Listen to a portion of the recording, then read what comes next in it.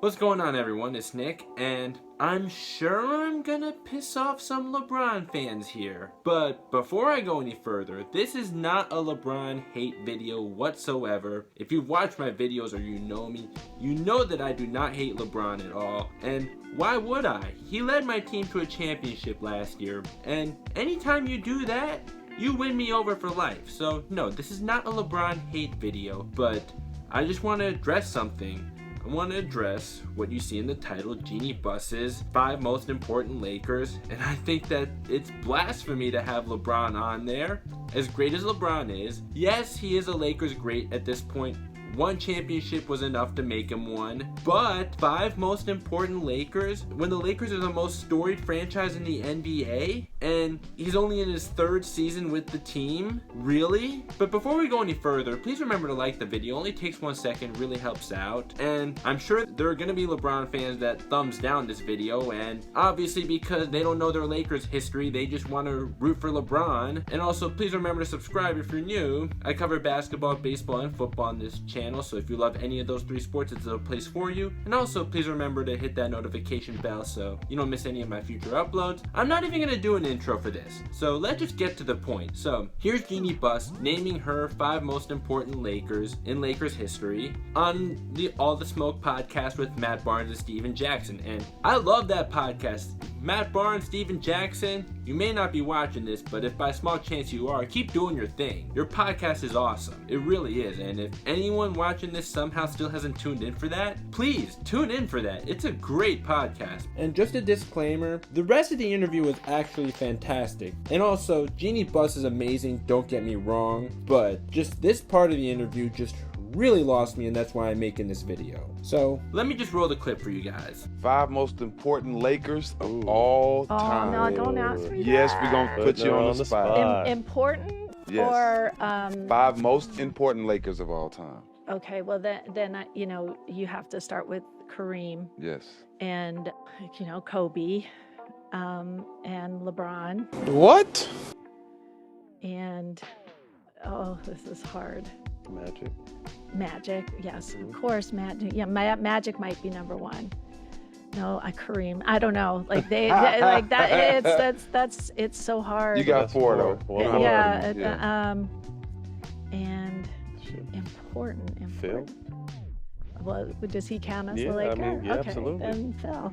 There you go. So now, Kobe, Magic, and Kareem. Those 3 guys, they have to be on every list of most important Lakers. Those 3 she absolutely got right. And Phil Jackson, I don't fully agree with, but I don't have that much of a problem with. But LeBron, over her own dad, or Jerry West, this guy right there, the logo, or Elgin Baylor.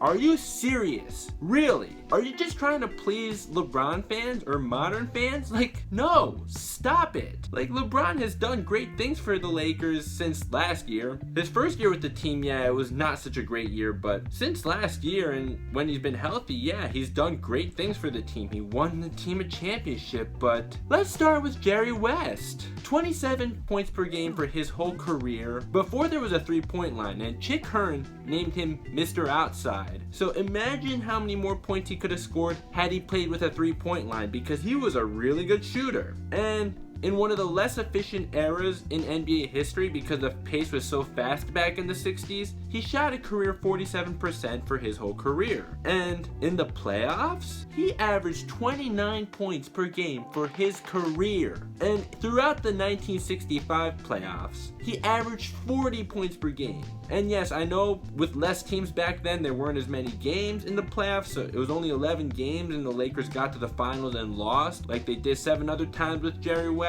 But still, in an 11-game stretch, averaging 40 points per game, when the game slows down and defenses get tighter? You kidding me? And almost 38 points per game in the 1969 finals when he was the only finals MVP on the losing team, while Elgin Baylor was not producing at the level that he was once capable of. 1972, the year the Lakers won 33 straight games and won their first championship in LA. He not only scored 25 points per game, he led the league in assists. And let's also keep this in mind. Even with all those L's that the Lakers took to the Celtics in the finals, let's also keep in mind, player movement was not like it is now. Tom Chambers was actually the first ever unrestricted free agent in NBA history, and this was in 1988. So players didn't just have the freedom to go where they wanted back then. But how it all started, it goes back to 1970 when Oscar Robertson filed his lawsuit against the league, and that was settled in 1976, 2 years after Jerry West retired. Oscar Robertson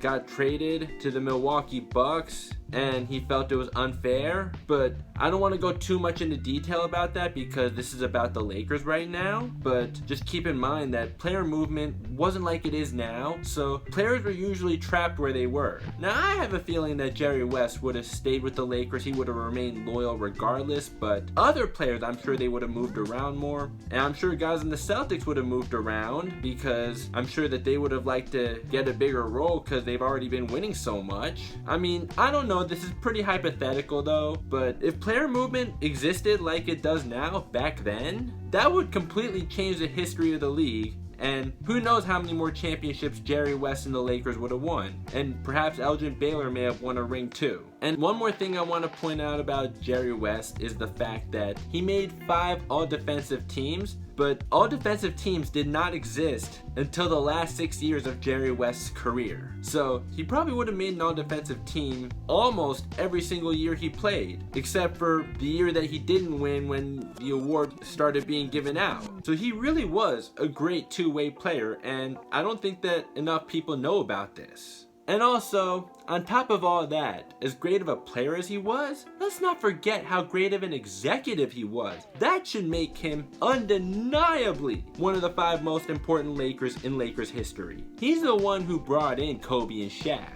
And he's the man behind the dynasty when the Lakers won 3 championships in a row. The teams that made me fall in love with the game. So with that said, I don't know how Jerry West is not one of your 5 most important Lakers of all time. And just to put some icing on the cake, the 2 years after Jerry West retired, the Lakers were not good. And then Jerry West was brought in to coach the team for the next 3 years, and he got them back into relevancy, even got them to the conference finals once. And this was before the Showtime era began. And speaking of the three-peat Lakers, even Shaq deserves to be in this conversation more than LeBron does. He's the one that led the Lakers to a three-peat. No, he didn't carry Kobe, but he was the man of the team and also led the team to their first 60-win season even before the three-peat since the Showtime era, and spent 7 of the best seasons of his career in LA. And then there's also Elgin Baylor. Now, Elgin Baylor may have never won a championship, and that's something that LeBron has done with the Lakers. So that's where LeBron does level up Elgin Baylor in some way. However, Elgin Baylor was drafted by the Lakers when the Lakers were a dying franchise. Of course, nowadays, the Lakers are never going to be a dying franchise no matter how good or bad they are. We all saw it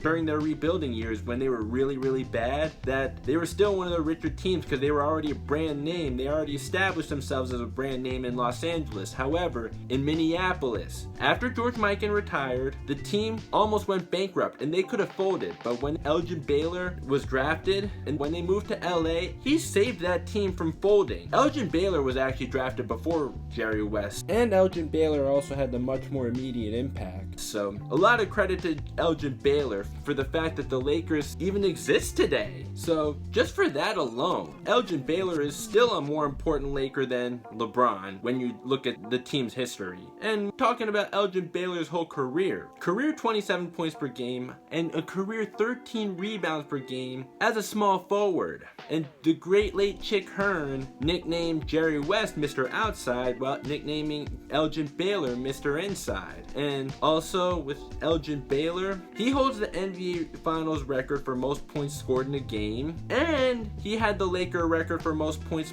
scored in a game before Kobe's 81-point game. So there you go for 2 guys that definitely belong on this list over LeBron. So for me, and this is in no order by the way, it would be Kobe, Magic, Kareem, Jerry West, and either Elgin Baylor or Jeanie Buss's dad, the great late Dr. Jerry Buss.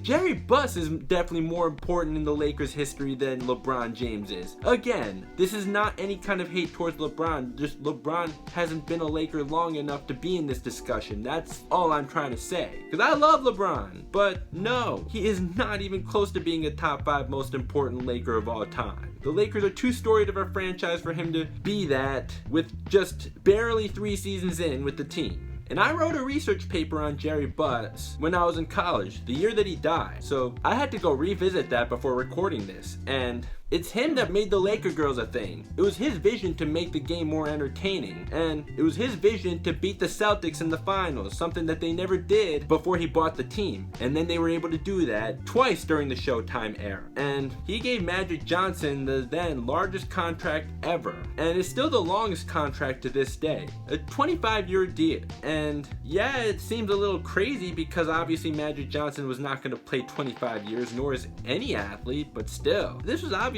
a really big deal, and you know, obviously it got Magic to remain loyal to the Lakers. And here's also something that I got reminded of when I reopened that essay, is the fact that he and Paul Westhead, the Lakers head coach during Magic's first 2 seasons with the team, butted heads, and Magic actually demanded to be traded. However, Jeanie Buss decided that he's gonna fire Paul Westhead and bring in Pat Riley, and then the Lakers were able to win 4 more championships during the 1980s. And as I have that research paper in front of me, I'll also read one more thing I have written down in there. Well, it was quoted from somebody else, but it was not just about championships with Jeanie Buss. He wanted the Lakers to be the cultural representation of Los Angeles. And oh yeah, he made that happen. So to say that LeBron is even close to as important as Jerry West, Elgin Baylor, or Dr. Jeanie Buss, like, I'm sorry, Jeanie Buss, but that's just wrong. Like, I can't believe that you really had the audacity to say this. Like, I'm flabbergasted. But much earlier in the interview, Jeanie Buss did talk about what the great businessman that her dad was, and I'm really glad that she at least acknowledged that. Just, that was part of what made him such a great owner, and she should have been thinking about that when asked who the top 5 most important Lakers were. And again, overall, it was a great interview. Just that one part, bringing up LeBron when being asked about the most important Lakers of all time, just completely lost me, and I know he completely lost a bunch of other people too. But also, for LeBron fans watching this and the ones who are boiling right now, I'll also say this. I do think LeBron is easily better all time than Jerry West or Elgin Baylor, and also Shaq, but in terms of most important Laker, no, he's not even close. And if you would think that he's better than Kareem or Magic,